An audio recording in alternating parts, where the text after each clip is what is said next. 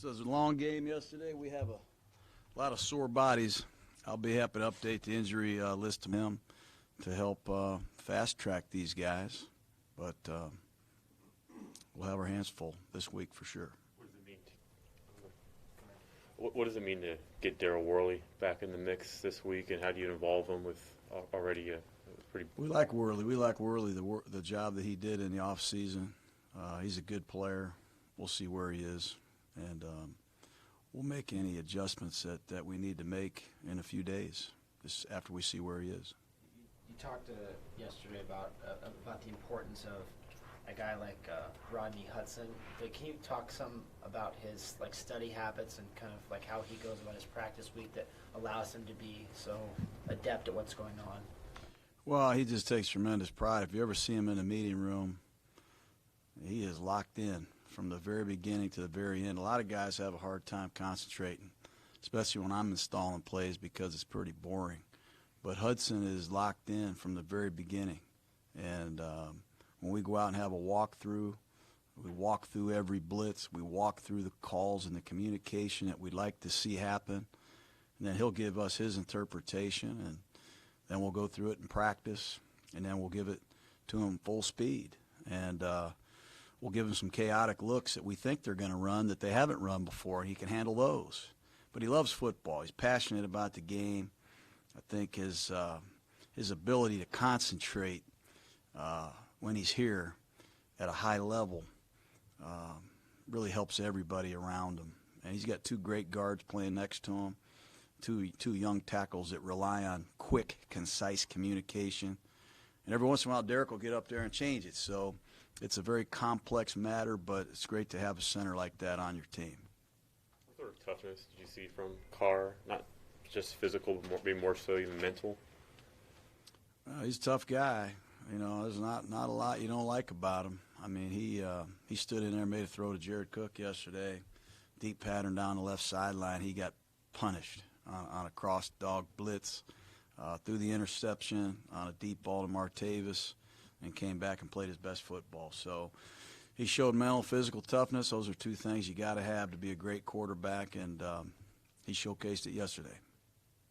Coach, kicker Matt, obviously crazy story a couple weeks ago. He said he was working on an investment housing project or whatnot. But he mentioned after he kicked the game-winning field goal, it meant a lot to talk to you after the game just to get your kind of vote of confidence. What do you think seeing that kick go through and helping the team win a game can do for his confidence moving forward? I hope it does a lot for him. You know, I think we missed a couple field goals, put him in some tough spots, obviously on the dirt, long-range field goals. But I thought his kickoffs were good. I certainly think when you make a game winner, it's good for your confidence. What did you think of just sort of the overall defensive effort yesterday? There was some big plays allowed, but also the takeaways that you mentioned were missing before. We got some takeaways. We got to play better on defense. Obviously, we got to eliminate these big plays. You know, I think Chubb had 3 carries for 105 yards. I've never seen that.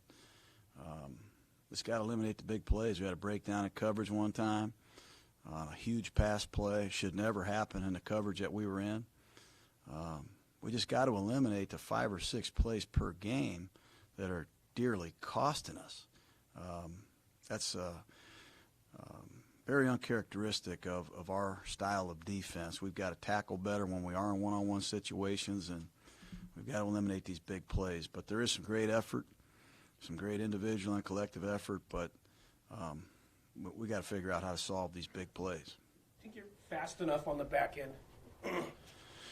Well, you know, I don't know if anybody's fast enough on the back end if some of these guys get loose. You know, we can't let these guys get loose. It's a combination of a lot of things, but, you know, acceleration and speed shows up in the open field sometimes when guys get clean into your deep secondary. But we've got guys that can play back there. We just got to get everybody playing together better. How integral was field position yesterday in terms of not only the takeaways but the work on special teams, including Dwayne Harris? It was big. Dwayne Harris was huge yesterday. And not only with the return, he made 2 tackles. He forced a penalty. He'll be our special teams player of the week. But we talked about it the last few weeks. We had the worst starting field position in football over the first 3 games by far. And, you know, when you get the ball back in decent field position, you can take some shots. and that we did.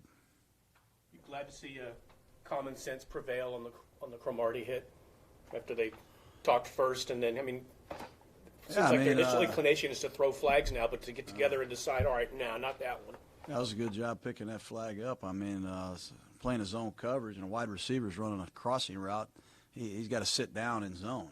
He ran right through his zone, and you know, if you run through a stoplight, you're going to get hit by a car, and that's really what happened. And I thought Cromartie did a great job avoiding head-to-head contact. He didn't lower his head. He hit him with the shoulder, and it's a great lesson for all receivers out there. If you're playing against zone coverage, you don't stay on the move. You sit down. And I'm glad they picked that flag up, honestly. I wish they would have let Marshawn Lynch continue on the run. I thought that was a touchdown. But anyhow. He wasn't so lucky earlier in the game. Yeah, I didn't like that call either. You know, the calls that go against us, I don't like. You know, the calls that do, I do. The replay review on the spot, was that a... It was a good call by the use of official. your- It was a great call. We challenged the spot ourselves. If you remember, didn't win that challenge, but look, it's tough. We've got people officiating the game, making calls that aren't even in the stadium. You know, we've got a lot of electronics and technology everybody likes to use nowadays, and boy, are we using it. Markel Lee played about 40 more snaps than Derek Johnson. What would you say that's a testament to? You know, Markel Lee is playing pretty good for us, and he's earning the right to play. Sometimes it's the situation, you know. Sometimes it's just going with the hot hand. But we're going to use all our linebackers here in the coming weeks.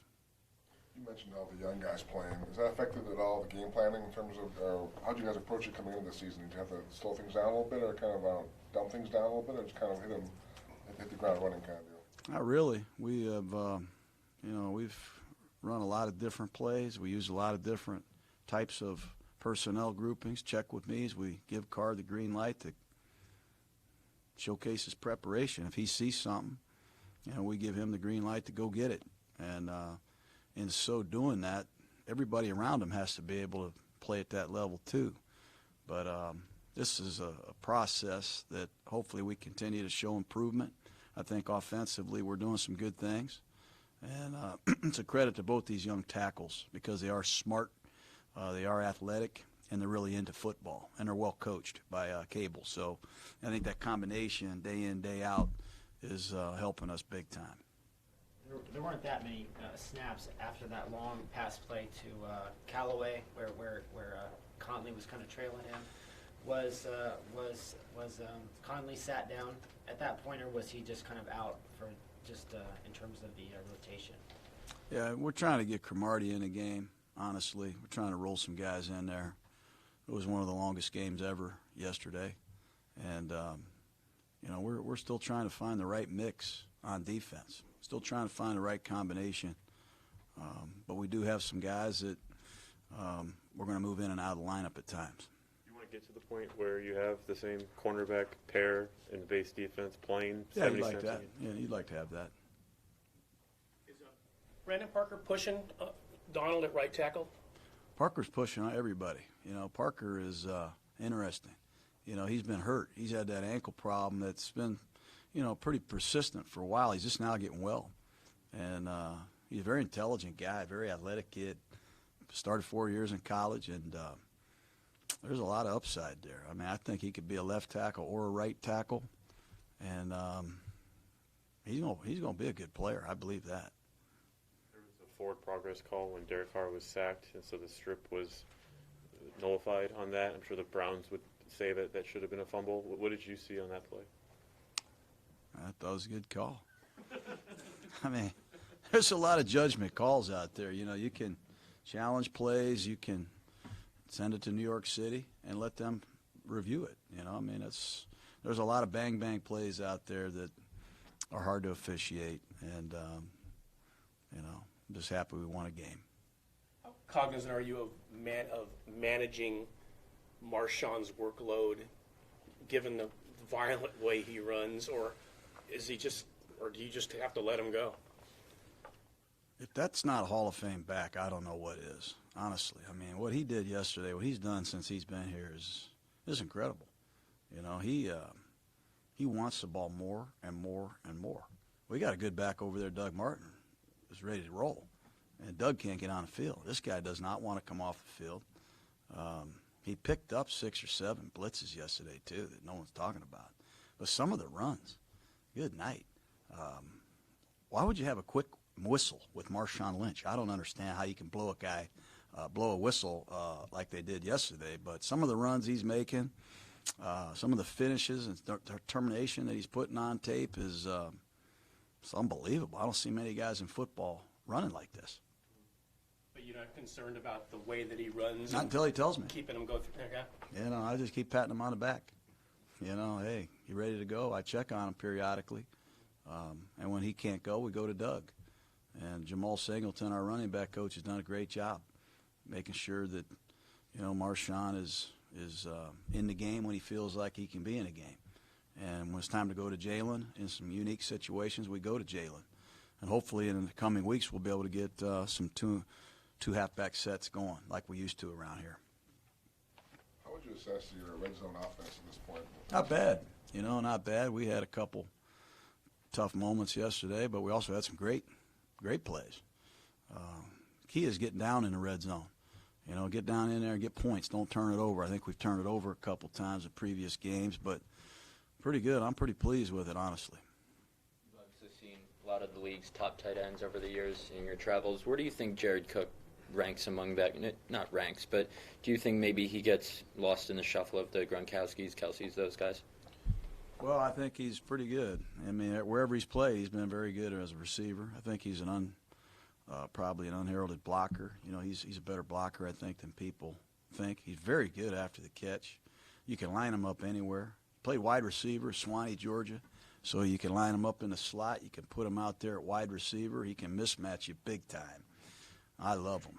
I mean, he's having a great year for us, and, man, is he competing. He's a weapon for us. Now we've spent some time this season talking about the fast starts offensively in terms of first possession.